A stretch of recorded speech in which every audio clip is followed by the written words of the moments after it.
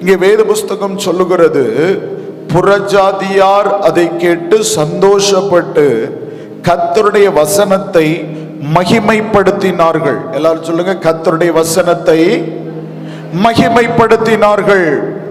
கர்த்தருடைய வசனத்தை மகிமைப்படுத்தினார்கள். யார் மகிமைப்படுத்தினார்கள்?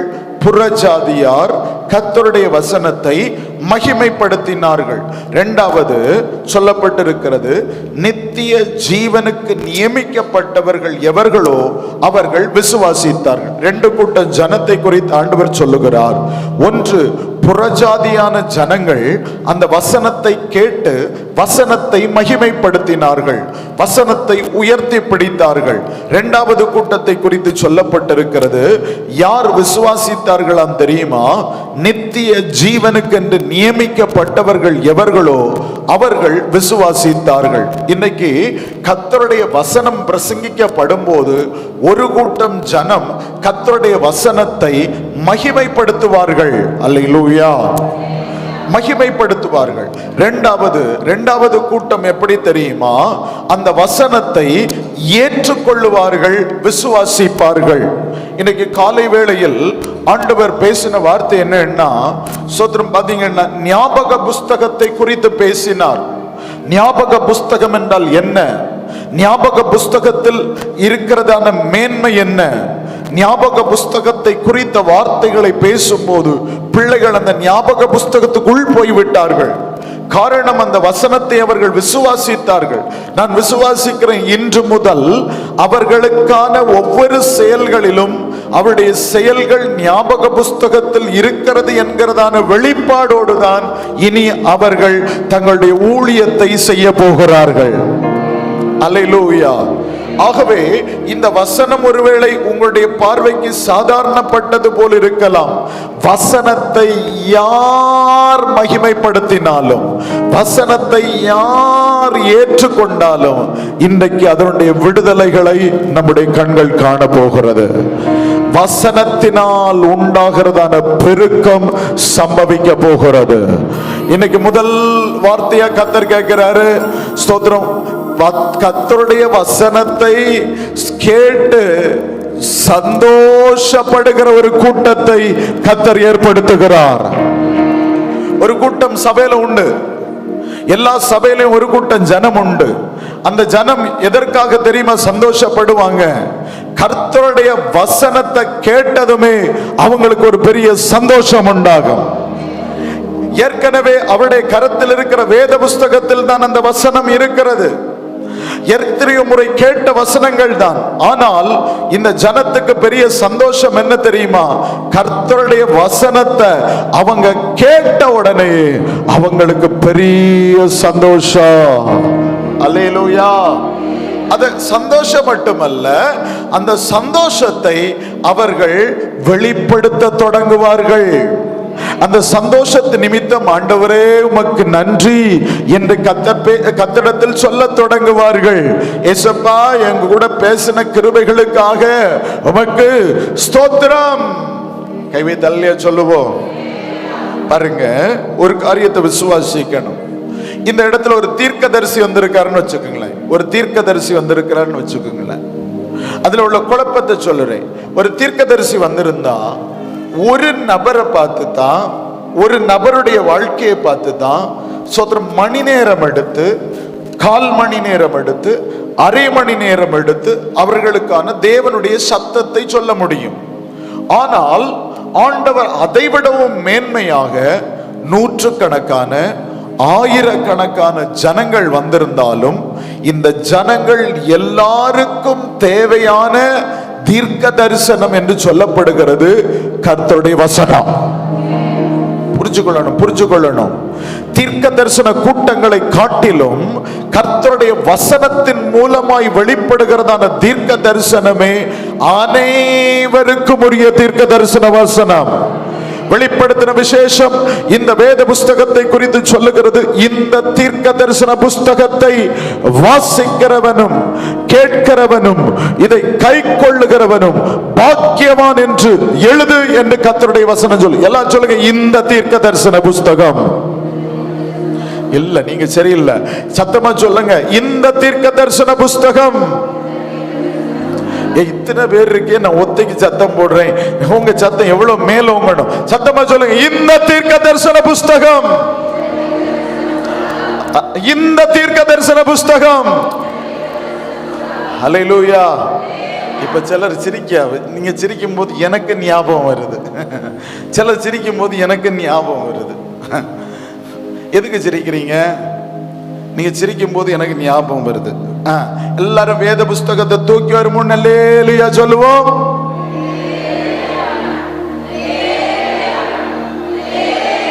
அல்லேலூயா.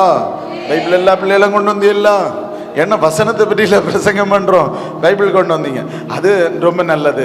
அடுத்ததாக இன்னைக்கு ஆராதனைக்கு வர்றதுக்கு முன்னால ஒரு அதிகாரம் நான் படிச்சுட்டு தான் வந்தேன், வாசித்துட்டு காணாம இல்லை, வாசித்துட்டு தான் வந்தேன் அப்படின்னு சொன்ன பிள்ளைகள் மட்டும் பைபிளை தூக்கி சத்தமா ஒரு அல்லேலூயா சொல்லுவோம். பாருங்கள், அடி செய்ய உதவி அண்ணன் தம்பி செய்ய மாட்டான். இதெல்லாம் போன வாரம் எல்லாம் கைகீழ கடந்து, இப்ப சோத்திரம் 90% கை உயர்ந்து விட்டது. சரியா? சரி, இங்கேயும் பார்ப்போம். சோத்திரம், இன்னைக்கு வேதம் வாசித்து விட்டு வந்த பிள்ளைகள் மட்டும் கரங்களை உயர்த்தி ஒரு அல்லேலூயா சொல்லுவோம். அடுத்த வாரமும் நான் வேத வசனத்தை குறித்து தான் பிரசங்கம் பண்ணுவேன், அடுத்த வாரமும் கேட்பேன். சரியா? சரி, வாரந்தோறும் கேட்கலான்னு நான் நினைக்கிறேன். சரியா? கேட்டுட்டோம்னா பிரச்சனை தீந்துரும். நம்ம கண்டிப்பு படுத்தான்னா கர்த்தர் உங்களை ஆசீர்வதிப்பார். ஏன் சொல்றேன் தெரியுமாம்மா? கர்த்தருடைய வசனம் நமக்கு சந்தோஷத்தை தரணும். கர்த்தருடைய வசனம் நமக்கு சந்தோஷத்தை தரணும். கர்த்தருடைய வார்த்தை உங்களுக்கு சந்தோஷத்தை தரலன்னு வச்சுக்கோங்களேன், வேற ஏதோ உங்களுக்கு சந்தோஷத்தை தருது. கர்த்தருடைய வசனம் உங்களுக்கு சந்தோஷத்தை தரவில்லை என்று சொன்னால் வேறு ஏதோ உங்களுடைய வாழ்க்கையில் சந்தோஷத்தை தருகிறது. வேற ஏதோ நம்முடைய ஜீவிதத்தில் சந்தோஷத்தை தந்தா இந்த வசனத்தில் இருக்கிறதான ஆசீர்வாதம் உங்களுக்கு சந்தோஷத்தை தராது. இன்னைக்கு சிலருடைய வாழ்க்கையில் கர்த்தர் எவ்வளவு மேன்மையை கொடுத்தாலும் அவங்களுக்கு மேன்மையா இருக்காது. அவங்களுக்கு உலகம்தான் மேன்மையா இருக்கும். பாருங்க, எவ்வளவு வார்த்தையை சொல்லி அவங்கள்ட்ட பேசி பாருங்க, அல்ல தட்டுவாங்க. அவங்க வேற ஏதோ நிறைய சத்தம் கேட்க பழகிட்டாங்க. அப்பா பிள்ளைய பார்த்து மக்களேன்னு கூப்பிடுறாரு, ஆனா வேற எவனோ மக்களேன்னு கூப்பிட தொடங்கிட்டான். வேற எவ்வளவு மக்களேன்னு கூப்பிட தொடங்கிட்டான். அதனாலதான் இப்ப அப்பாவுக்கு பேச்சு பெருசா தெரியல. நான் சொல்லுறேன், திரும்பவும் சொல்லுவேன், பண்ணி சாப்பிட்ட தவிடு கூட கிடைக்காத போதுதான் திரும்ப தகப்பனுடைய சிநேகமும் தகப்பனுடைய அன்பும் நமக்கு புரியும். கரங்களை உயர்த்தி அல்லேலூயா சொல்லுவோம். இளைய குமாரனுடைய வாழ்க்கையில சிநேகிதருடைய சத்தம் இன்பமா இருந்தது, அப்பாவுடைய சத்தம் கடினமா இருந்துச்சு. இன்றைக்கும் பலருக்கு பாத்தீங்கன்னா தனக்கு கொடுக்கப்பட்ட மனைவியின் சத்தம் சிலருக்கு வருத்தமா இருக்குது. வேற யாராவது பேசினா சந்தோஷமா இருக்குது. இன்னைக்கு கர்த்தர் கொடுத்த கணவனுடைய சத்தம் பிடிக்கல, கணவனுக்கு முகத்தை பார்க்க பிடிக்கல, கணவனுடைய வாழ்க்கையை பார்த்தா பிடிக்கல, மனைவியை பார்த்தா பிடிக்கல. சோத்திரம், இன்னைக்கு நிறைய பேருடைய ஜீவிதம் அப்படி இருப்பதற்கு காரணம் அதை விடவும் பெரிய சத்தங்கள் கேட்டுட்டு இருக்குது. இந்த சத்தங்கள் எல்லாம் உன்னிடத்தில் இருக்கிற நன்மையை எடுத்து விட்டு உன்னை நடுத்தருவில் விட்டுவிடும், நடுத்தருவில் விட்டுவிடும். சபையிலே தேவன் தந்திருக்கிற ஐக்கியம், சபையிலே தேவன் தந்திருக்கிற உறவு, போதகருடைய வார்த்தை, தேவ சத்தம், இவைகள் எல்லாம் உங்களுக்கு சந்தோஷத்தை தரலன்னா வேற யாரோ சந்தோஷத்தை தர்றா.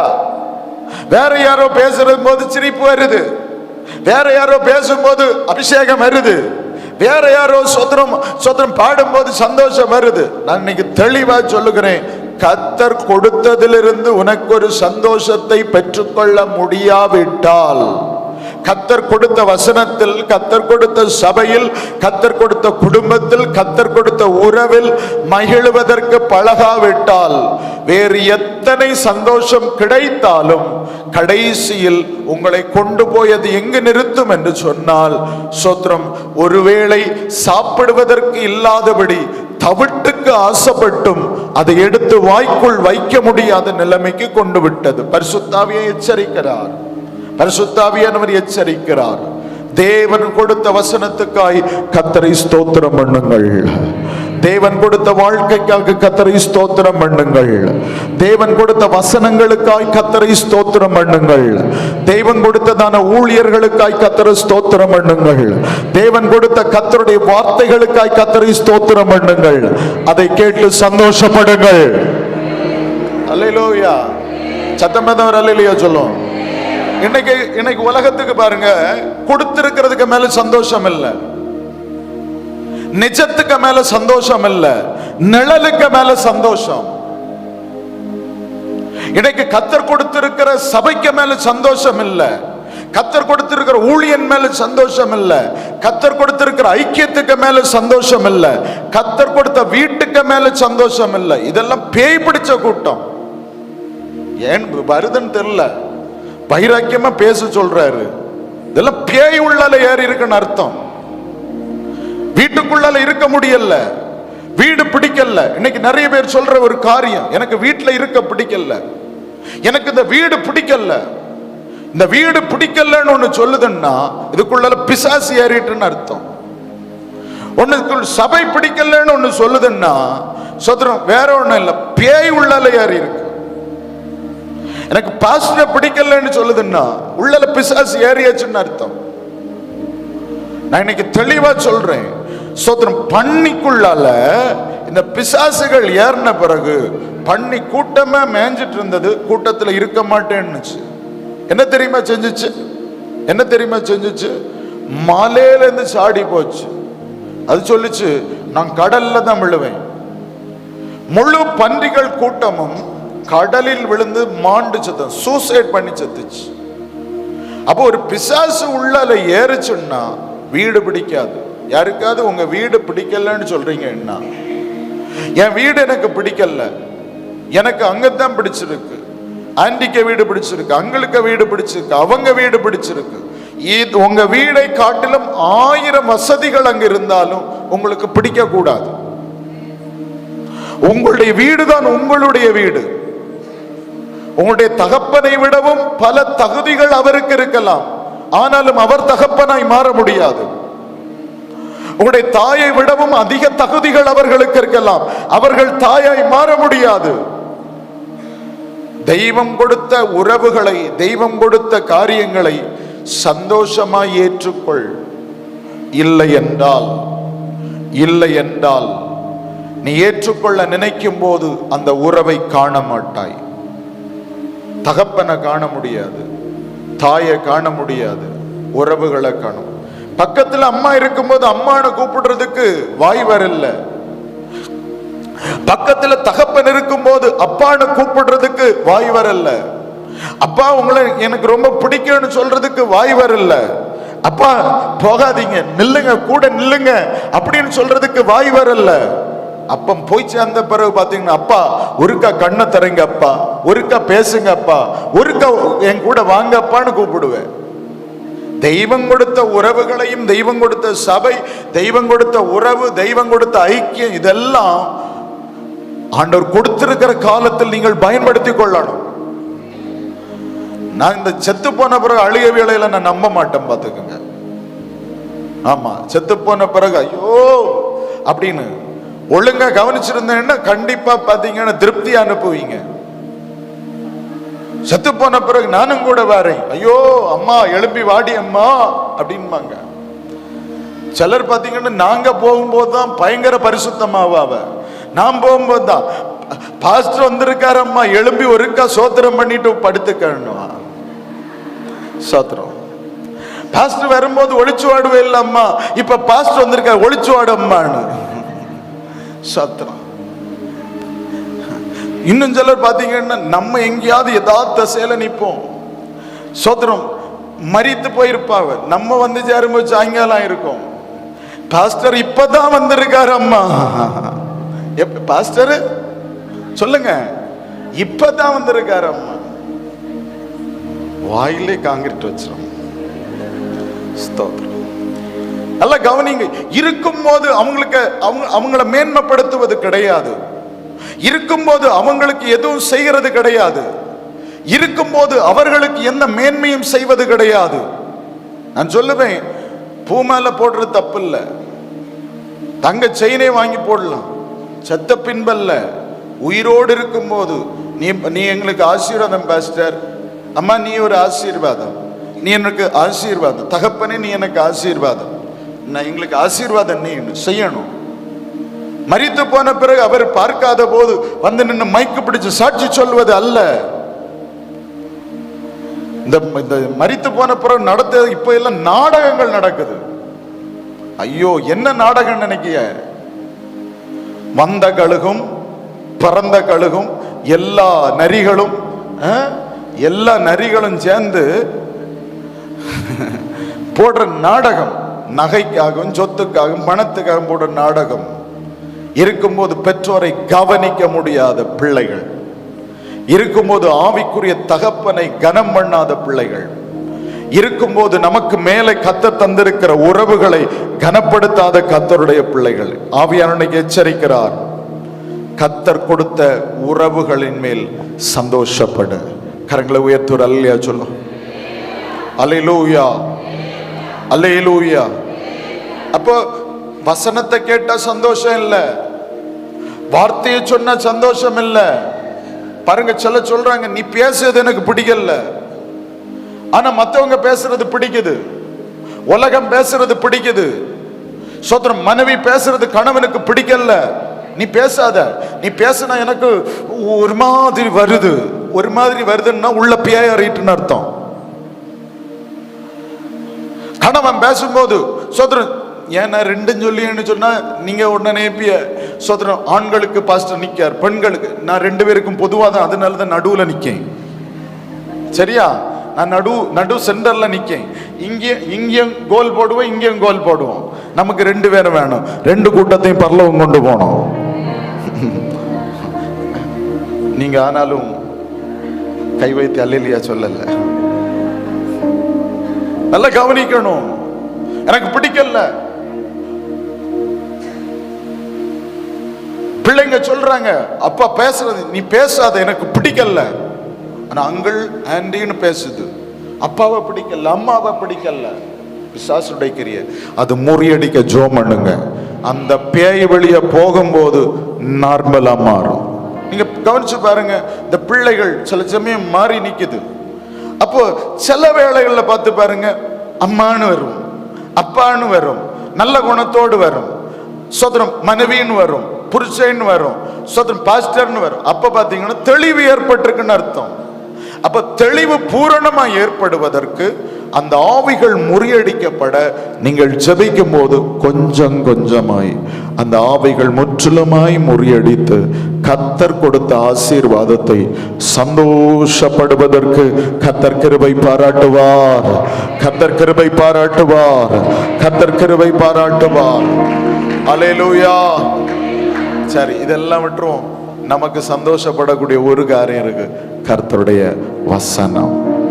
எத்தனை பேருக்கு கர்த்தருடைய வசனம் சந்தோஷம்? கர்த்தருடைய வசனம் எத்தனை பேருக்கு சந்தோஷம்? கர்த்தருடைய வசனம் எத்தனை பேருக்கு சந்தோஷம்? ஹல்லேலூயா. உங்க கையில கர்த்தர் வசனத்தை எழுதி கொடுத்திருக்கிறார். எழும்புனீங்களா? வசனத்தை எடுத்து படிங்க, வசனத்தை எடுத்து வாசிங்க, வசனத்தை தியானிங்க. வேதம் இல்லாத கிறிஸ்தவன் அல்ல. அதுக்காக வேதத்தை கையில வச்சிருக்க கிறிஸ்தவன் சொல்ல முடியாது. இருதயத்தில் எழுதி வைத்து வாழணும். இருதயத்துக்குள்ளால வேதம் இருக்கணும், இருதயத்துக்குள்ளால வசனம் இருக்கணும். வசனம் இப்படி சொல்லி இருக்கு, வசனம் இப்படி சொல்லி இருக்கு, இந்த வசனத்துக்கு நான் கீழ்ப்படிவேன், இந்த வசனத்தை நான் கேட்ட போது எனக்கு சந்தோஷம். அல்லேலூயா. அப்போ நல்ல கவனிங்க, புறஜாதியான ஜனங்கள் இதை கேட்டபோது கர்த்தருக்குள் அவர்கள் சந்தோஷப்பட்டு வசனத்தை மகிமைப்படுத்தினார்கள். புறஜாதிகளுக்கு சந்தோஷம், ஆனா ஸ்தோத்திரம் இதிலே இருக்கிறவங்களுக்கு சந்தோஷம் இல்லை. இன்னைக்கு நான் ஒண்ணு சொல்லட்டும் அம்மா, நம்ம ஆண்டவர் அறியாத ஜனம் இருக்காங்கல்ல, அவங்க மத்தியில ஒரு பாட்டு பாடினா போதும், ஒரு பிரசங்கம் பண்ணினா போதும், உடனே அந்த வார்த்தைக்கு ஒப்பு கொடுத்துருவாங்க. உடனே ஒப்பு கொடுத்துருவாங்க. எத்தனையோ பேருடைய ரட்சிப்பு ஒரு பாடல்ல, எத்தனையோ ரட்சிப்பு ஒரு பிரசங்கத்துல. ஆனா நீண்ட நாட்களா வசனம் கேட்டு கேட்டு கேட்டு கேட்டு பலப்படுத்தப்பட்ட நமக்கு வசனம் பெரிய எஃபெக்ட் கொடுக்காது, தெரியுமா? ஏன்னா நம்ம இப்ப ஓட்டாஞ்சொல்லிய மாறிட்டோம்னு அர்த்தம். எத்தனை பேருக்கு ஓட்டாஞ்சொல்லி தெரியும்? ஆமா, ஒரு காலத்துல இந்த ஓடு எப்படி இருந்தது? ஒரு காலத்துல இந்த ஓடு எப்படி இருந்தது? கேட்கல, அழகா இருந்தா. ஒரு காலத்துல இந்த ஓடா மாறுறதுக்கு முன்னால இது எப்படி இருந்தது? என்ன ஃபார்ம்ல இருந்தது? மண்ணா இருந்தது. அப்ப பாத்தீங்கன்னா இது பயங்கர எஃபெக்ட். என்ன மழை பெஞ்சாலும் உள்ள கிடக்கிற புல்ல வெளியே கொண்டு வந்துடும், உள்ள கிடக்கிற ஏதோ ஒண்ணு வெளியே கொண்டு வந்துடும். இப்ப இந்த ஓடு ஆக மாறணும்னா இந்த மண்ணப்ப செஞ்சு மிதிச்சு அதை எல்லாம் பண்ணி லாஸ்ட்ல சுடவும் செய்து இப்ப ஷேப் ஆக்கி வச்சிருக்கு. பாத்தீங்களா? பார்க்க அழகா இருக்குது.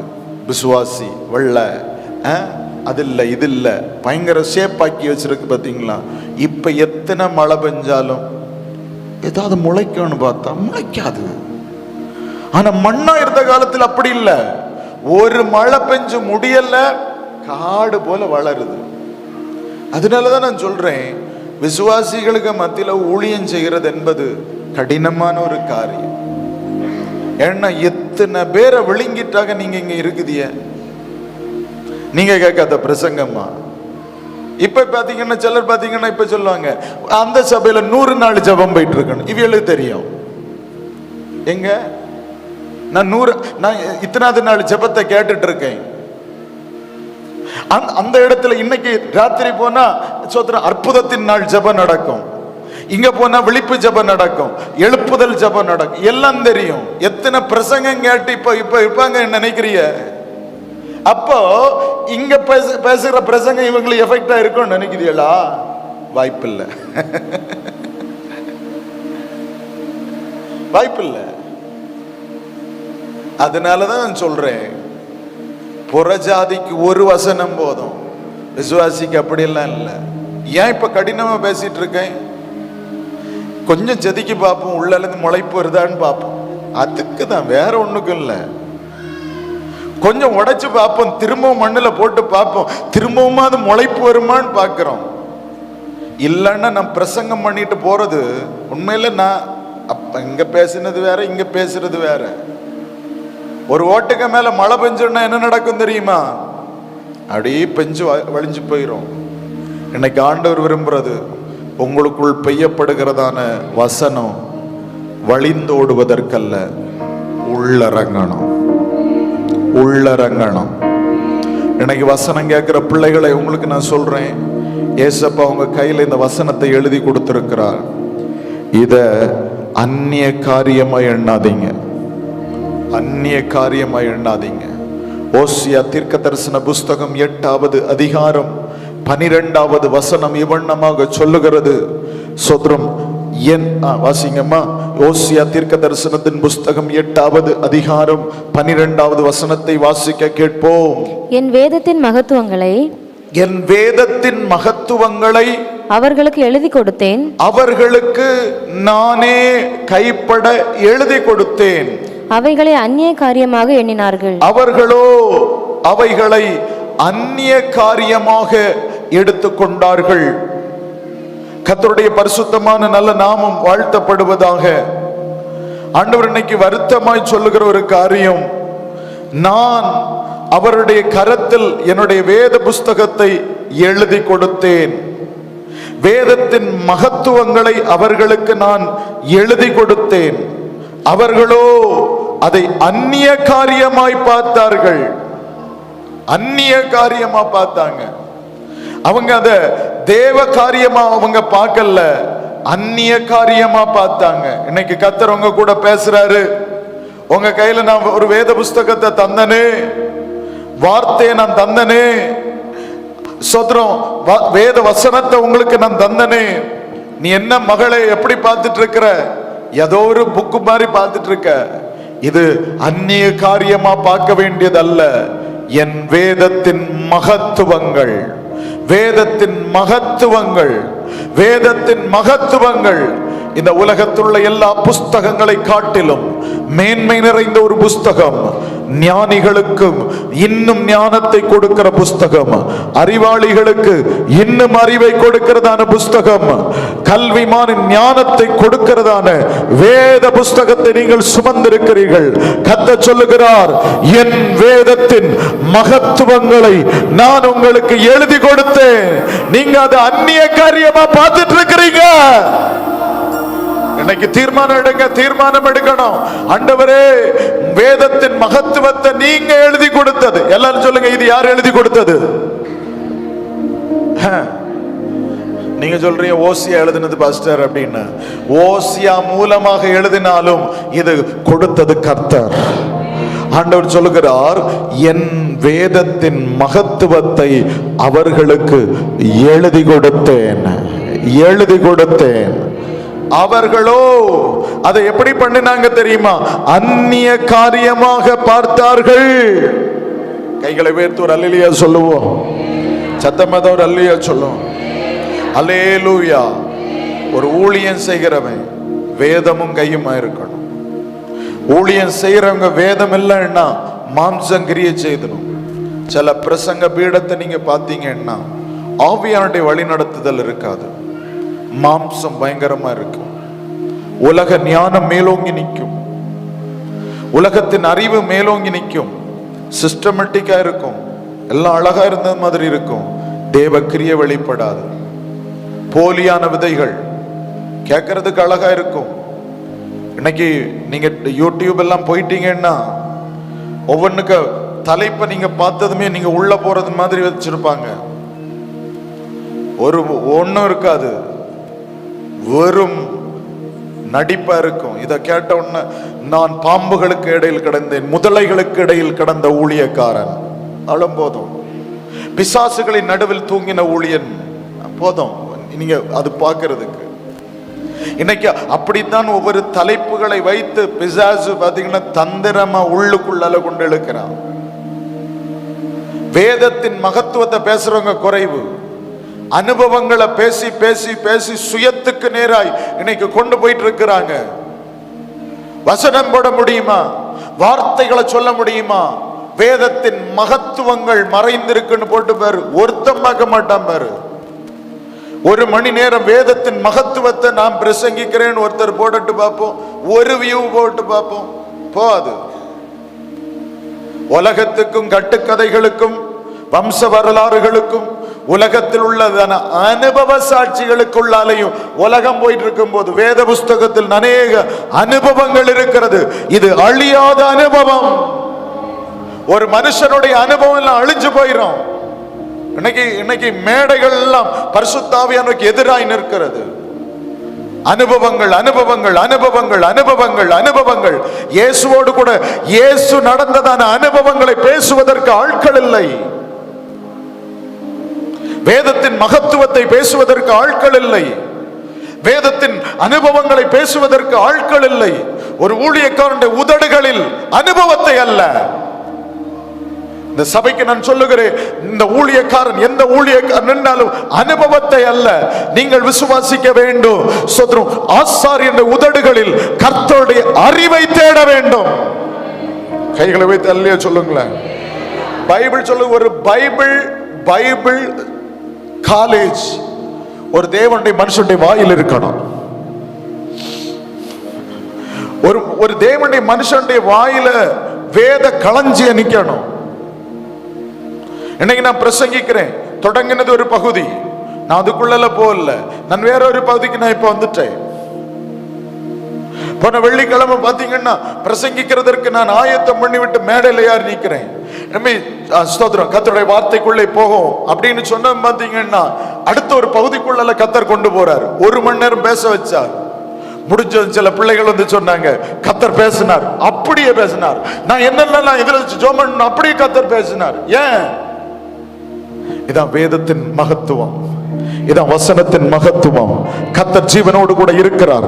இதுதான் தேவனுடைய சாட்சி. இன்னைக்கு நான் சொல்றேன், வேதத்தின் மகத்துவத்தை கர்த்தர் உங்களுக்கு எழுதி கொடுத்திருக்கிறார். நான் சொல்றேன், யூடியூப் பார்க்காதீங்க, வசனம் படிக்காம யூடியூப்ல பிரசங்க நிக்காதீங்க. பிரசங்கத்துக்கா பஞ்சம்? வசனம் இருக்குது. வசனத்தின் மகத்துவம் எங்கேயாவது இருக்கா? கேளுங்க, தப்பு இல்ல. அனுபவத்துக்கு பின்னால, விளம்பரத்துக்கு பின்னால, மேன்மையானவர்களுக்கு பின்னால போகாதீங்க. நபர்களுக்கு மேல போகாதீங்க, வசனத்துக்கு மேல போங்க. வசனத்தை பிடிக்கிறீங்களா? வசனத்தின் மகத்துவம் இருக்குதா? நான் இதுவரை இந்த சத்தியம் கேட்டதில்லை. இருக்கா? பைபிள்ல நிறைய சத்தியங்கள் இருக்குது. ஒவ்வொரு நாளும் இன்னைக்கு நான் இதுவரைக்கும் இந்த சத்தியம் கேட்டதில்லை, இதுவரைக்கும் இந்த வசனம் நான் கேட்டதே இல்லை, என் ஜீவித சரித்திரத்தில் இப்படி ஒரு பிரசங்க நான் கேட்டதே இல்லை, இவ்வளவு இந்த வசனம் இதுக்கு அர்த்தம் எனக்கு தெரியாது. நீங்க ஆச்சரியப்படணும், ஆச்சரியப்படணும், ஆச்சரியப்படணும், ஆச்சரியப்படணும். அப்படி எதிர்பார்ப்போடு இன்னைக்கு இருக்கிறீங்களா? கர்த்தர் உங்களோடு தான் பேசிட்டு இருக்கிறார். வேதத்தின் மகத்துவங்களை உங்களுக்கு அவர் எழுதி கொடுத்தார். நீங்களோ அந்நிய காரியமா பார்க்கறீங்க. ஏதோ ஒரு அந்நிய காரியமா பார்க்க கூடாது. வாசிங்க, மல்கியா தீர்க்க தரிசன புஸ்தகம் எடுங்க. மல்கியா 2வது அதிகாரத்துக்கு வாங்க. மல்கியா 2வது அதிகாரம் 6வது வசனத்தை வாசிக்க கேட்கலாமே. சத்திய வேதம் அவன் வாயில் இருந்தது. சத்திய வேதம் அவனுடைய வாயில் இருந்தது. அவனுடைய உதடுகளில் அநியாயம் காணப்படவில்லை. அவனுடைய உதடுகளில் அநியாயம் காணப்படவில்லை. அவன் என்னோடே சமாதானமும் யதார்த்தமாய் சஞ்சரித்து அநேகரை அக்கிரமத்திலிருந்து திருப்புவான். இந்த அதிகாரம் முழுவதும் ஆசாரியர்களை குறித்ததான அதிகாரம். ஆசாரியர்கள் எப்படிப்பட்டவர்கள், எப்படி இருக்க வேண்டும், பலிபீடத்துக்கும் ஜனங்களுக்கும் இடையிலே கண்ணீரால் நிரப்புகிறவன், அழுகிறவன், பெருமூச்சு விடுகிறவன். கரங்களை உயர்த்தி அல்லையா சொல்லுவோம். 13 வசனத்துல எல்லாம் படிச்சீங்கன்னா, பலிபீடத்துக்கும் ஜனத்துக்கும் இடையில கண்ணீர் வடிக்கிறவன் ஆசாரியன், அழுகிறவன் ஆசாரியன், பெருமூச்சு விடுகிறவன் ஆசாரியன். ஜனத்துக்கு வேண்டி தேவனுடைய சமூகத்துல அழணும், கதறணும், கண்ணீர் வடிக்கணும், பெருமூச்சு விடணும். அப்பா சந்திக்க மாட்டீரா, விடுவிக்க மாட்டீரா? பலிபீடத்துக்கும் ஜனத்துக்கும் இடையில நிக்கிறவன் தான் ஆசாரியன். செத்து போனவர்களுக்கும் ஜீவனோடு கூட இருக்கிறவர்களுக்கும் இடையிலே நின்றவன் தான் மோசே. யார் ஆசாரியன்? யார் ஆசாரியன்? வேதம் தெள்ள தெளிவாக சொல்லுகிறது, சத்திய வேதம் அவன் வாயில் இருந்தது. எது சொன்னாலும் வசனம், வசனம் இல்லாம உன்னை நம்ப கூடாது. வசனம், சத்திய வேதம் எங்க இப்ப இருக்குன்னா கையில இல்ல, வாயில். ஆசாரியனுக்கு வாயில சத்திய வேதம் இருக்கா? ஒரு ஆள்கிட்ட வசனம் இருக்கா? இவங்களுக்கு எதிர்காலம் உண்டு. ஒரு ஊழியக்காரனுடைய வாயில வசனம் இருக்கா? எதிர்காலம் உண்டு. இந்த சாட்சி எல்லாம் கொஞ்ச நாள்ல முடிஞ்சு போகும். சாட்சி எல்லாம் கொஞ்ச நாள்ல முடிஞ்சு போயிடும். வசனம் இருக்க ஊழியக்காரன் நிலைச்சு நிற்பான். ஒரு ஊழியக்காரன் வசனம் இருக்க, கிருபை இருக்குது, கிருபை இல்லாம இருக்கட்டு, அதெல்லாம் இல்ல. வசனம் இருக்கா, அவனுக்கு எதிர்காலம் இருக்கு. சிலர் பாத்தீங்கன்னா கிருபையை மட்டும் சார்ந்து நிற்பாங்க, வரங்களை மட்டும் சார்ந்து நிற்பாங்க. கொஞ்ச நாளைக்கு பிறகு வண்டி ஓடாது. எந்த வண்டி ஓடும் நான் சொல்றேன், வசனத்துக்கு முக்கியத்துவம் கொடுத்துட்டு இடைக்கு இந்த கிருபையை பயன்படுத்துறவங்க இருக்காங்க எல்லாம் கடைசி வரையில நீங்களாம் இருப்பாங்க. அதனால ரொம்ப மிக முக்கியம், ஒரு நபர் வசனம் பேசுகிறவர்களா இருக்கணும். ஒரு ஆசாரியனை நீங்கள் இனங்கண்டு கொள்ளுகிறது அவங்க போட்டிருக்க குப்பாயத்தில் அல்ல, அவங்க போட்டிருக்கிறது கோட்டு சூட்டில் அல்ல. ஒரு ஆசாரியனை இனங்கண்டு கொள்ளுகிறது அவனுடைய உதடுகளில் வசனம், சத்திய வேதம் அவனுடைய உதடுகளில், வாயில் இருக்கணும். அவனுடைய உதடுகளில் அநியாயம் காணப்படக்கூடாது. அவன் சமாதானத்துக்கு அடுத்தவைகளை பேசணும். யதார்த்தமாக சஞ்சரித்து அநேகரை அக்கிரமத்திலிருந்து திருப்புவான். 7ஆம் வசனம் கூட வாசிங்க. ஆசாரனுடைய உதடுகள் ஆசாரியனுடைய உதடு அறிவை காக்க வேண்டும், அறிவை காக்க வேண்டும். வேதத்தை அவன் வாயிலே தேடுவார்களே, வேதத்தை அவனுடைய வாயில் தேடுவார்களே. அவன் சேனைகளுடைய கர்த்தரின் தூதன், அவன் சேனைகளுடைய கர்த்தருடைய தூதன். வசனம் கேட்கிற கர்த்தருடைய பிள்ளைகளே, ஆசாரியனுடைய உதடுகளில் அறிவை காக்கணும். சும்மா பேசக்கூடாது, சும்மா பேசிட்டே இருக்கக்கூடாது, சும்மா பேசிட்டே இருக்கக்கூடாது. பேசாம இருக்கிறது தான் ஆசாரியனுக்கு அழகு. உங்க முன்னால் ஒரு பாஸ்டரா இருக்கிறேன், ஆசாரியனா இருக்கிறேன், என்கிட்ட நிறைய காரியங்கள் பேசிட்டே இருக்கிறீங்க. நான் பேசாம உங்களுடைய காரியங்களை கேட்டு கவனமாய் ஒரு பதில் சொல்றேன், இல்ல அவ்வளவுதான் மேன்மை. ஆசாரியனுடைய உதடு அறிவை காக்கணும், தேவையில்லாம பேசக்கூடாது. வேதத்தை அவன் வாயில் தேடுவார்களே. ஒரு பாஸ்டருடைய வாயில வேதத்தை தேடணும். என்ன வார்த்தை சொல்லி ஜெபம் பண்ண போற, அதான் முக்கியம். பாஸ்டர் வர்றதெல்லாம் மேட்டர் இல்ல, என்ன வார்த்தை சொல்லி ஜெபம் பண்றாங்க, என்ன வசனம் வெளிப்படுது. ஒரு காலத்தில் இந்த வசனங்களுக்கு முக்கியத்துவம் கொடுத்த காலம். அன்னைக்கு இந்த தேவ மனுஷனை கொண்டு கர்த்தர் இந்த வார்த்தையை பேசினார். இன்னைக்கும் அந்த ஆதி காலத்தில் உள்ள நிறைய வார்த்தைகள் எனக்கு ஞாபகத்தில் இருந்துட்டு இருக்கு. ஆண்டவர் பேசின வார்த்தைகள், வசனத்தை கொண்டு கர்த்தர் பேசின வார்த்தைகள் இன்னைக்கு ரீங்காரம் பண்ணிட்டு இருக்குது. தெளிவா சொல்றேம்மா, ஆசாரியருடைய வாயில வேதத்தை தேடுவாங்க. இனி காலம் மாற போகுது, இனி சீசன் மாற போகுது.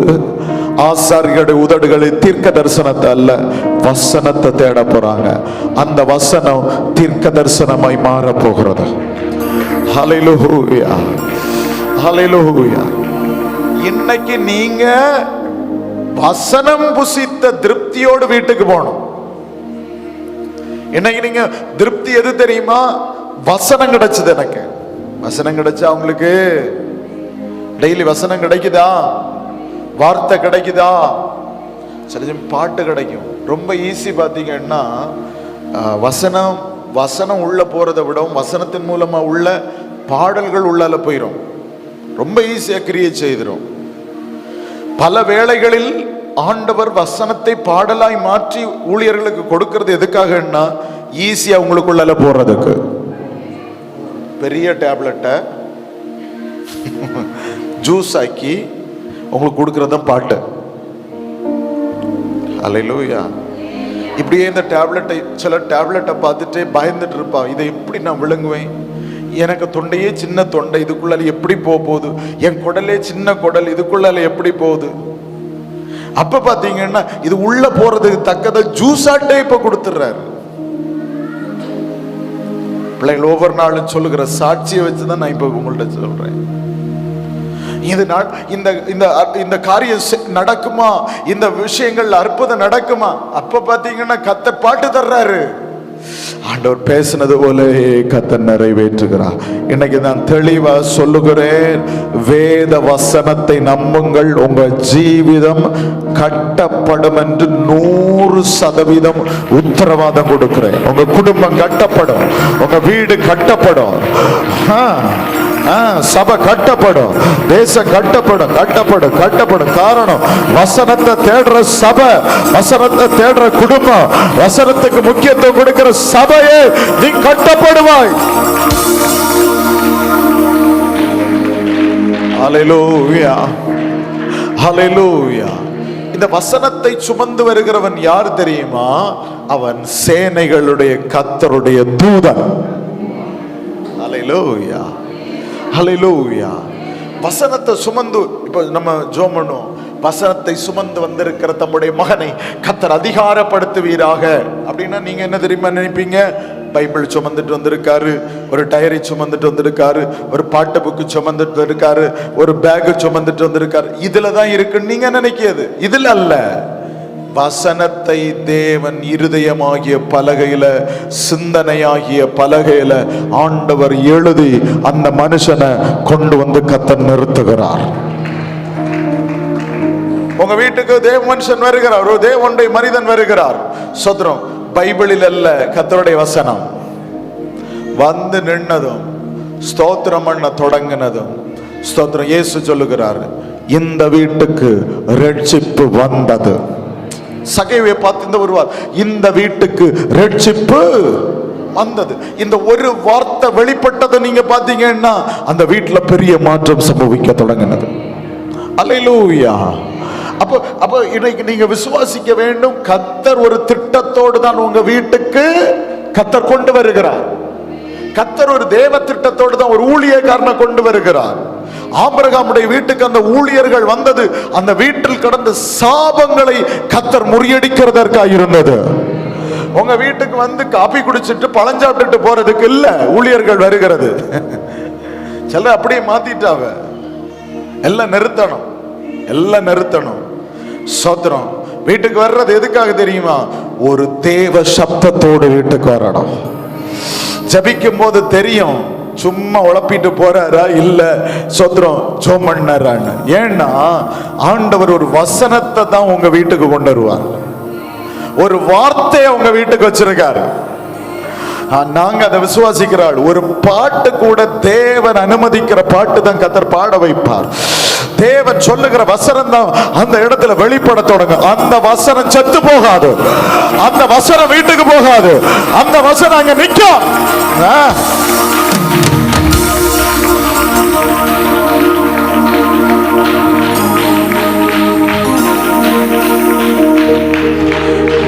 நீங்க போதும்னு சொன்னாலும் வேத வசனத்தை உங்க வீட்டுல நாங்க விதைச்சிட்டு போனோம்னு வச்சுக்கோங்களேன், நீங்க போதும்னு சொன்னாலும் அங்க நிக்காது. திரும்ப அடுத்த கட்ட வளர்ச்சி, திரும்ப அடுத்த கட்ட முன்னேற்றம், திரும்ப அடுத்த கட்ட மாற்றத்தை கர்த்தர் தந்துட்டே இருப்பார்.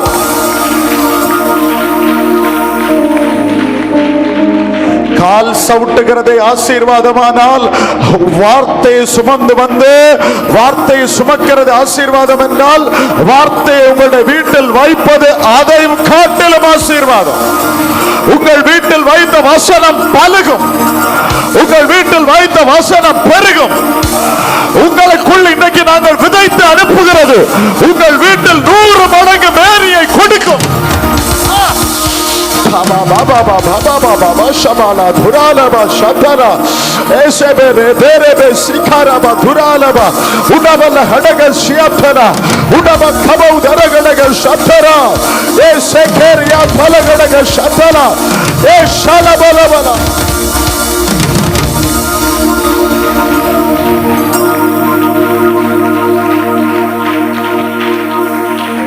Hallelujah. Hallelujah. வேதம் சொல்லுகிறது பாருங்க, இஸ்ரவேல் ஜனங்கள் வேதத்தை வெறுத்தாங்க. வேதத்தின் அறிவு இன்னைக்கு நிறைய பேருக்கு இல்ல. நம்முடைய பிள்ளைகளுக்கு ஒரு அறிவு இருக்கணும். என்ன அறிவுன்னா இங்கிலீஷ் அறிவு அல்ல, ஹிந்தி அறிவு அல்ல. இவர்களுக்கு இருக்க வேண்டிய அறிவு வேத அறிவு. வேத அறிவு. நிறைய பேர் சண்டே கிளாஸ் அற்பமா நினைப்பாங்க. சண்டே கிளாஸ்ல ஒரு காரியம் அற்பமா நினைப்பாங்க. சண்டே கிளாஸ்ல இருக்கிறதுக்கு அவங்களுக்கு கஷ்டமா இருக்கும். அபாக்கஸுக்கு போறதுக்கு சந்தோஷமா இருக்கும், மேக்ஸ் டியூஷனுக்கு போறதுக்கு சந்தோஷமா இருக்கும், கோச்சிங் கிளாஸுக்கு போறதுக்கு சந்தோஷமா இருக்கும். பெட்ரோல் செலவாகிறது கஷ்டமா இருக்காது, வருஷத்துக்கு வருஷம் ஃபீஸ் கட்டுறது கஷ்டமா இருக்காது. சோதரம் வருஷத்துக்கு ஒருக்கா இத்தனை லட்சம் ரூபாய் நீட்டுக்கு நீங்க கட்டுவீங்களா? அது பிரச்சனை இல்லை. எத்தனை தடவை தோத்தாலும் பிரச்சனை இல்லை, நாங்க கட்டுறோம்.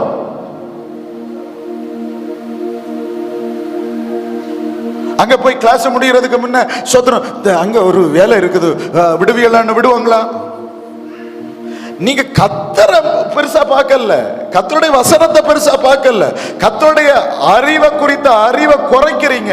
சபையுடனே ஆண்டவர் எச்சரிக்கிறாரு, இவங்க எல்லாம் கர்த்தரை அறிகிற அறிவினால் அறியப்படுவதற்கு திட்டங்கள் வைக்கணும். கர்த்தருடைய அறிவை வெறுத்தா கர்த்தர் உன் பிள்ளைய மறப்பார். நல்ல நாள்ல நல்ல வார்த்தைகள் எல்லாம் வருதப்பா. இப்பதான் பிள்ளைய வாழ்த்திட்டு நான் வந்து நிக்கேன். ஆண்டவர் சொல்ல ஸ்தோத்திரம். உண்மையில சொல்றேன், கேட்கறத நான் சொல்றேன். எனக்கு உங்களை சந்தோஷப்படுத்துறது தான் எனக்கு இஷ்டம். உங்களை இன்னைக்கு எப்படிலாம் கொஞ்சம் எழுப்பி விடலான்னு தான் எனக்கு விருப்பம். ஆனா அவர் சொல்றது எப்படி இல்ல சொல்றாரு, என் ஜனங்கள் அறிவில்லாய்மையினாலே சங்காரமாகிறார். என்ன அறிவு? என் ஜனங்கள் அறிவில்லை. இதே ஓசியால 4 அதிகாரம் எடுங்கம்மா. 4 அதிகாரம் 6ஆம் வசனம் வாசிங்க பாப்பா. ஆண்டவர் சொல்றாரு, என் ஜனங்கள் அறிவில்லாமையினால் சங்காரமாகிறார்கள். அறிவில்லாமையினாலே சங்காரமாகிறார்கள். நீ அறிவை வெறுத்தாய். நீ எதை வெறுத்த? வேத அறிவை என்ன செய்த? வெறுத்தாய்.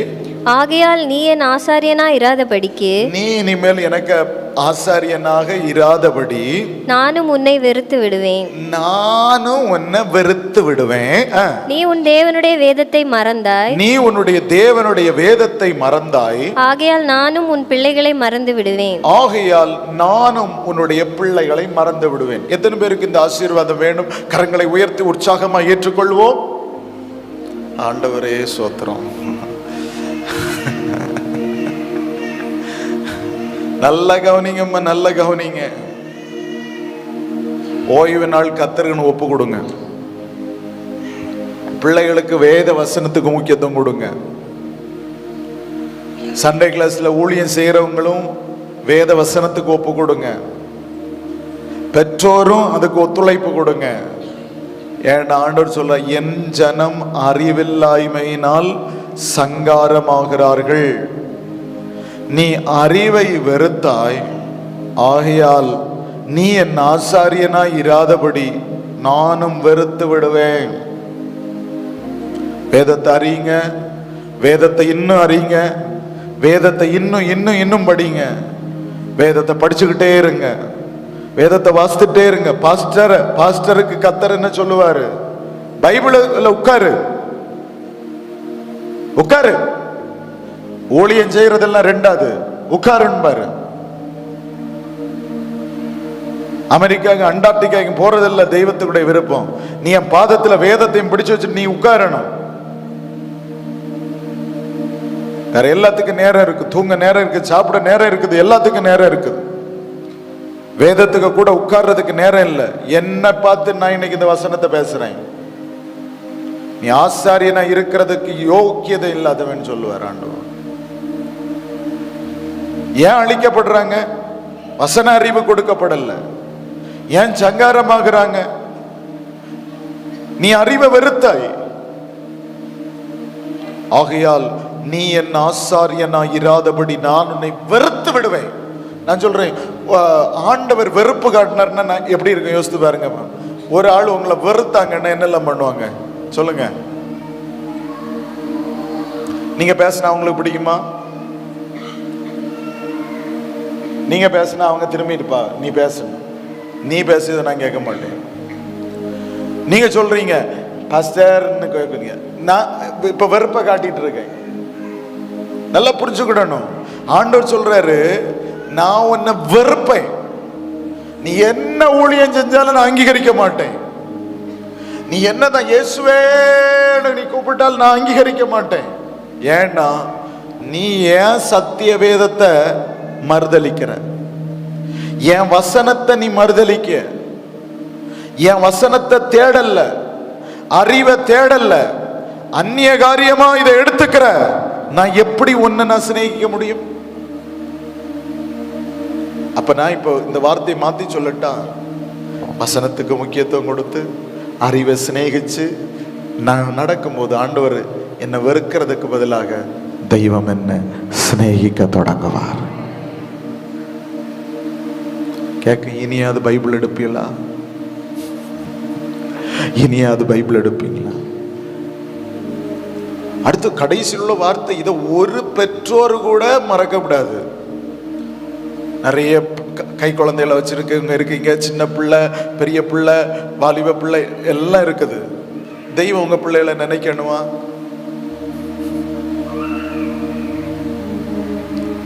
நீ உன் தேவனுடைய வேதத்தை மறந்தாய், ஆகையால் நானும் உன் பிள்ளைகளை. தெய்வம் மறந்த கஷ்டம். நான் இதை எடுத்தா, நான் இதை எடுத்தா, நான் இதை திறந்தா, நான் இதை வாசிச்சா, நான் இதை கேட்கிறேன், ஓடுறேன், கூட்டத்துக்கு கூட்டம்னு ஓடுறேன். நல்லா கவனிங்க, இதை வாசிக்கிறேன், இது என்னுடைய பைபிள் ரீடிங். ரெண்டாவது, நான் இதை கேட்கிறேன். இதை கேட்கறதுக்காக பஸ் பிடிச்சேன், மழையை நினைச்சிட்டு வந்தேன், நேரப்பட ஓடி வந்தேன். எதுக்காக? ஆட்டோ பிடிச்சு வந்தேன். சொல்லுங்களேன், நான் ஆட்டோ பிடிச்சு வந்தேன், கார் பிடிச்சு வந்தேன். முதல் ஆராதனை முடிச்சேன், ரெண்டாவது ஆராதனைக்கு ஓடி வர்றேன். எதுக்கு? எதுக்கு? ஆண்டோடைய வார்த்தையை கேட்க. ஆட்டோ கொடுத்த காசு எல்லாம் பெருசு இல்லைங்க, நம்ம செலவு பண்ண காசு எல்லாம் பெருசு இல்ல, அது சிலருக்கு பெருசா இருக்கும். இதை விட முக்கியமாகும், நான் கர்த்தர் சொல்ற வார்த்தையை கேட்கறதுக்காக வந்தேன். ஹல்லேலூயா. கர்த்தர் சொன்ன வார்த்தையை கேட்கறதுக்காக வந்திருக்கிறேன். நான் இப்ப வேதத்தை நேசிக்கிறேன், படிக்கிறேன், கேட்கிறேன். ஆகையால் நான் இதை எடுக்க தொடங்கும் போது தெய்வம் என் பிள்ளைகளை நினைக்க தொடங்குறார். என்னப்பா எப்பவும் சபைன்னு ஓடுறா, எப்ப பாரு சபைன்னு ஓடுறாங்க. உலகமும் அப்படிதான் சொல்லுது, ஓடு ஓடு ஓடு, நல்லா ஓடு. நீங்க சொல்லுங்க, ஓடுகிறே நான் ஓடுகிறேன், இயேசுவுக்காய் நான் ஓடுகிறேன். என்ன கிடைக்குது பார்ப்போம். கிடைக்கும், நீயும் பார்த்து கொண்டிரு. தெய்வம் எங்களை நடத்துகிறதை பார்த்து கொண்டிரு. தெய்வம் எங்க தலைமுறையை ஆசீர்வதிக்கிறத பார்த்து கொண்டிரு. எங்க தெய்வம் எங்க பிள்ளைகளை வழி நடத்துகிற பார்த்துட்டு.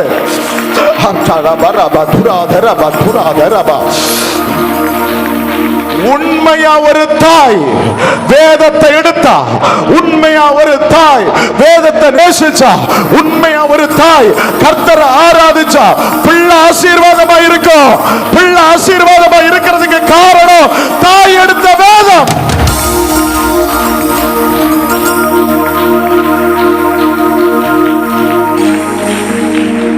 அல்லேலூயா. வீணா போகணும்னு நினைக்கிறீங்களா? வீணா போகும் நினைக்கிறீங்களா? நான் வேதம் எடுக்கும் போது என் பிள்ளைய கத்த நினைக்கிறார், என் பிள்ளைய கத்த நினைக்கிறார். நீங்க எப்ப எல்லாம் வேதத்தை எடுக்கிறீங்களோ அப்ப எல்லாம் நினைக்கணும், இப்ப என் பிள்ளைய கத்த நினைக்கிறார். என் பிள்ளை பலவீனமா இருக்கான், அந்த பிள்ளை கத்தர் நினைக்கிறார். என் பிள்ளை காய்ச்சலா இருக்கிறான், என் பிள்ளை கத்தர் இப்ப நினைப்பார். என் பிள்ளை ஹாஸ்டல்ல இருக்கான், அவனை கத்தர் நினைக்கிறார். என் பிள்ளை வேற நாட்டுல இருக்கான், கத்தர் நினைப்பார். வேதம் எடுக்கிற மகளே, உன் பிள்ளையை கத்தர் சிநேகிப்பார். உன் பிள்ளையை கத்தர் சிநேகிச்சா எப்படி இருக்கும் தெரியுமா? எப்படி இருக்கும் தெரியுமா? தெய்வம் உயர்த்துவார், தெய்வம் பலப்படுத்துவார், தெய்வம் கனப்படுத்துவார். தேசம் அறியப்பட்ட பிள்ளைகளாய் உன் தலைமுறைகளை மாற்றுவார். பிள்ளைகளுடைய எதிர்காலங்களை கர்த்தர் பொறுப்படுத்தி நடத்துவார். இன்னைக்கு பரிசுத்த ஆவியானவர் பலிபீடத்தில் இருந்து தேவ சத்தமாய் சொல்லுகிறார், கர்த்தருடைய வசனம் பெருகுகிறார். இந்த காலகட்டத்தில் வசனத்துக்கு முக்கியத்துவம் கொடுக்கிற உன் தலைமுறையை தெய்வம் நேசிக்க போகிறார். தெய்வம் நேசிக்க போகிறார். தெய்வம் நேசித்தார்.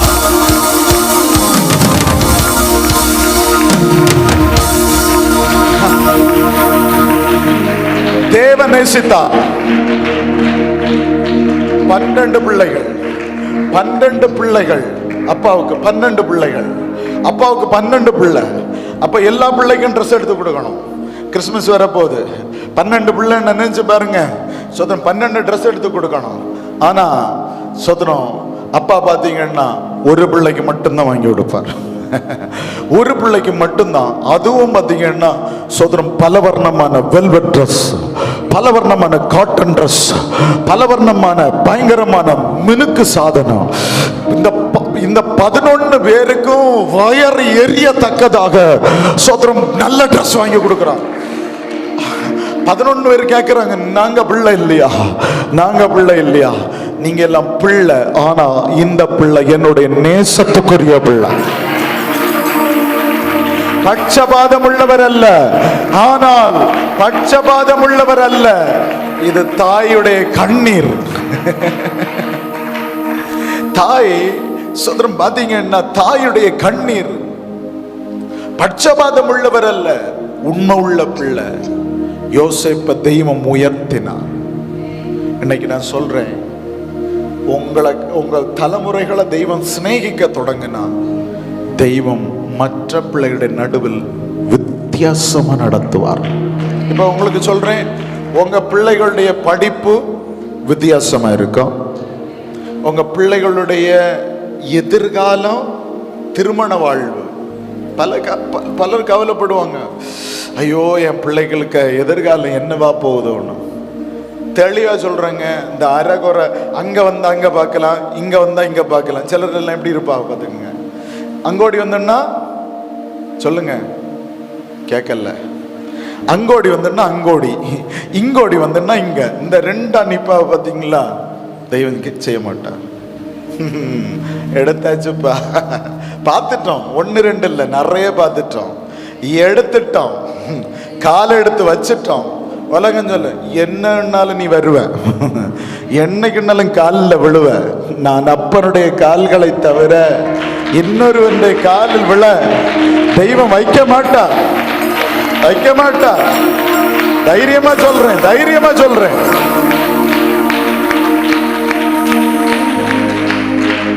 மறக்க மாட்டார், மறக்க மாட்டார், மறக்க மாட்டார், மறந்து போக மாட்டார். பிள்ளைகளுடைய எதிர்காலம் எல்லாம் தெய்வ நடத்துதலா இருக்கும்.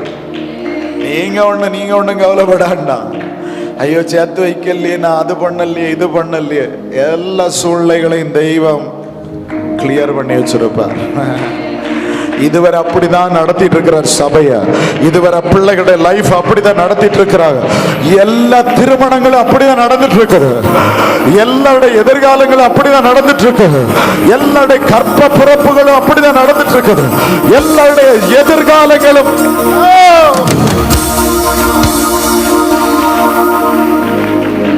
இன்னைக்கு மறுபடியும் தீர்மானம் எடுங்க, மறுபடியும் தீர்மானம் எடுங்க.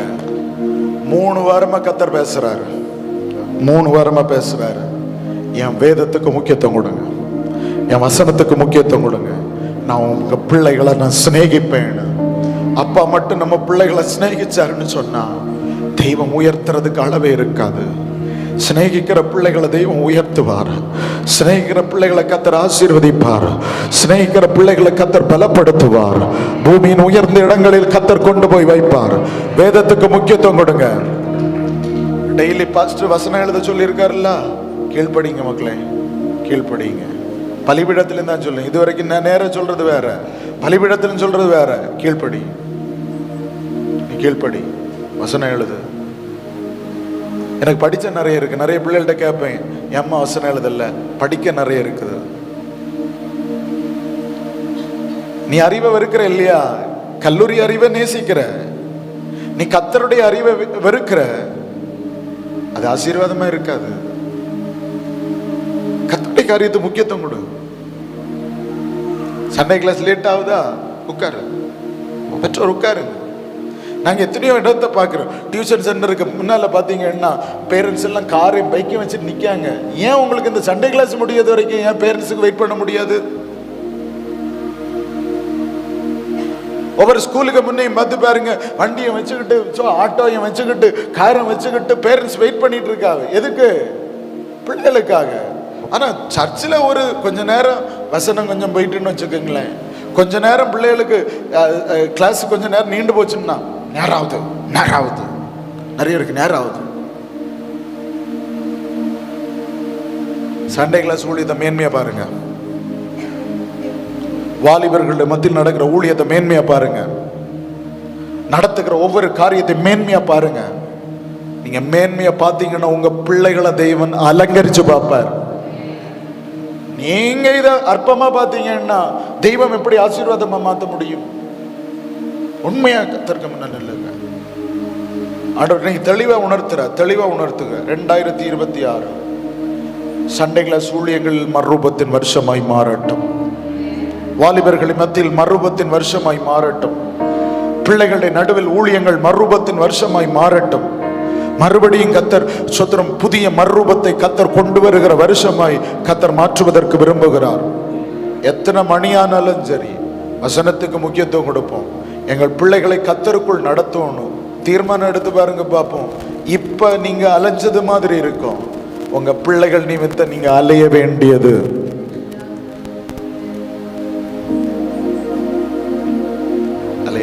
வராது. இந்த பிள்ளைகள் நிமித்தம் கண்ணீர் வடிக்க வேண்டியது வராது. இந்த பிள்ளைகள் நிமித்தம் போலீஸ் ஸ்டேஷனுக்கு போக வேண்டியது வராது. இந்த பிள்ளைகள் நிமித்தம் கோர்ட் வாசலுக்கு போக வேண்டியது வராது.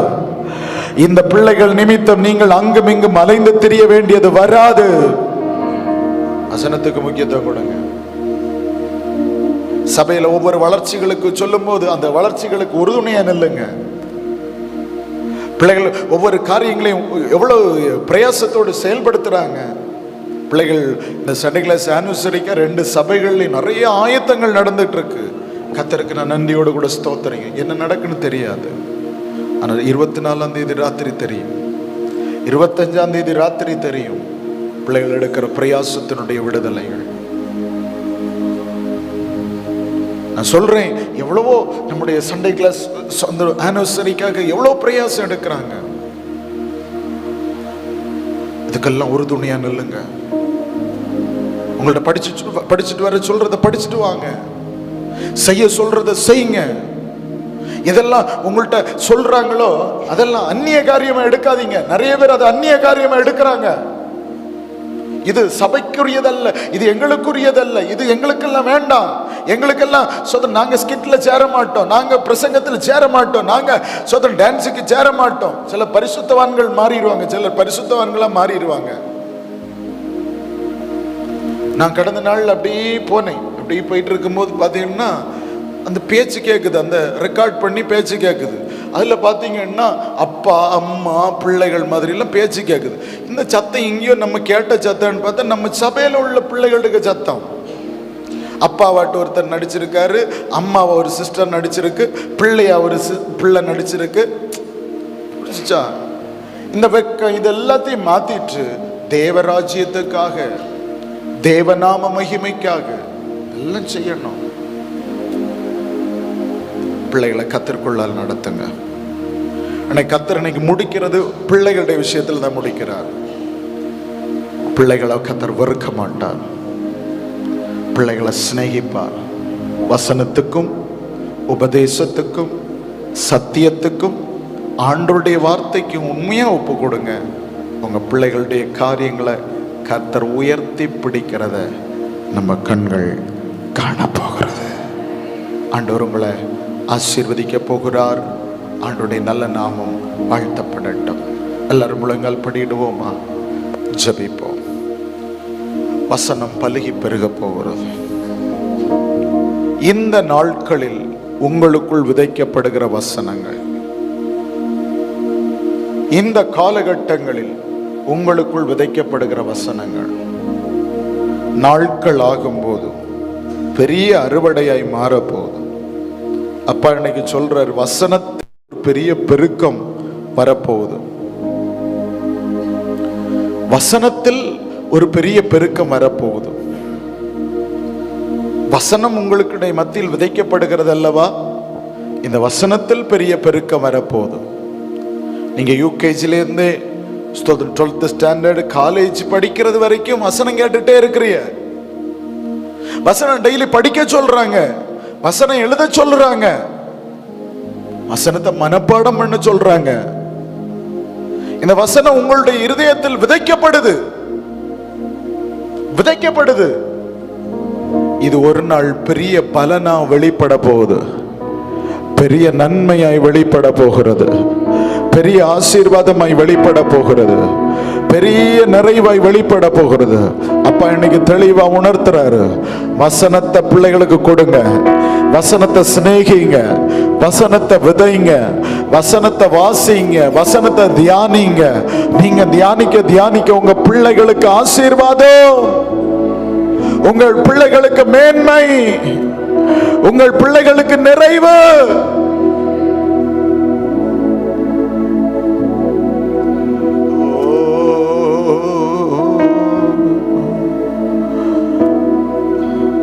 வேதத்தை நேசிக்கிற பிள்ளைகளுக்கு தெய்வம் அவ்வளவு மகிமையான ஆசீர்வாதத்தை வச்சிருக்கிறார். இன்னைக்கு ஒரு நிமிஷம் தீர்மானம் எடுத்துருங்க, தீர்மானம் எடுத்துருங்க. நான் இனி வேதம் படிக்க போறேன். வேதத்தை நான் படிக்க, புரியுதோ புரியலையோ நான் வேதத்தை படிக்க போறேன். தெரியுதோ தெரியலையோ நான் வேதத்தை படிக்க போறேன். எனக்கு விளங்குதோ விளங்கலையோ நான் வசனம் கேட்க ஆராதனைகள்ல வந்து உட்கார போறேன். எனக்கு புரியல, பிரசங்கம் புரியல, வசனம் புரியல, ஆனாலும் வசனம் கேட்க வந்து இருக்கேன். அவங்களை கர்த்தர் கைவிட மாட்டாருங்க. இந்த வசனம் அவ்வளவு வல்லமை உள்ளது, இந்த வசனம் அவ்வளவு ஜீவன் உள்ளது. பேதையை கூட ஞானியாய் மாற்றக்கூடியது, பேதையானால் கூட கைவிடாதது இந்த கர்த்தருடைய வசனம். எல்லா தாழ்மையோடு சொல்ற இந்த ஊழியத்தை நாங்க செய்யறோம், இந்த வசனத்தை நாங்க விதைக்கிறோம், இந்த வசனத்துக்கு ரிசல்ட்டுகளை நாங்க கண்ணால காணுகிறோம். என்ன வசனங்கள் விதைக்கப்படுகிறதோ அந்த வசனங்களை கண்ணால நாங்க காணுகிறோம், கண்ணால காணுகிறோம். அந்த விடுதலைகளை கண்ணால காணுகிறோம், அந்த அற்புதங்களை கண்ணால காண்கிறோம். இந்த வசனத்தினால் உண்டாகிற அந்த விடுதலைகளை உங்கள் வாழ்க்கையில் மாத்திரமல்ல, உங்கள் தலைமுறைகளுடைய ஜீவிதத்திலும் நீங்கள் கண்ணால காணணும். உங்க ஜீவிதத்தில் மாத்திரமல்ல, உங்கள் தலைமுறையுடைய ஜீவிதத்திலும் கண்ணால காண்பதற்கு தெய்வம் இரக்கம் பாராட்டட்டும். பிள்ளைகளை மனதார வாழ்த்தி ஆசீர்வதிக்கிறோம். கிருபையும் இரக்கமும் பிள்ளைகளுடைய ஜீவிதங்களில் வெளிப்படட்டும், நன்மைகளினால் சம்பூர்ணப்படுத்தும், ஆசீர்வதியும், தொடர்ந்து பொறுப்படுத்த நடத்தும். பெரிய காரியங்களை கர்த்தர் செய்யுங்கப்பா. உங்க நல்ல நாமம் மாத்திரம் தொடர்ந்து மகிமைப்படுத்தப்படும்படியாய் ஜெபிக்கிறோம். எங்களோடு கூட தொடர்ந்து இடைபடுங்க, பெரிய காரியங்களை கர்த்தர் செய்யுங்க. மனதார பிள்ளைகளை வாழ்த்தி ஆசீர்வதிக்கிறோம். கிருபை பிள்ளைகளோடு கூட இருக்கட்டும். இயேசு கிறிஸ்துவின் மூலமாக ஜெபிக்கிறோம் எங்கள் ஜீவனுள்ள நல்ல பிதாவே, ஆமென்.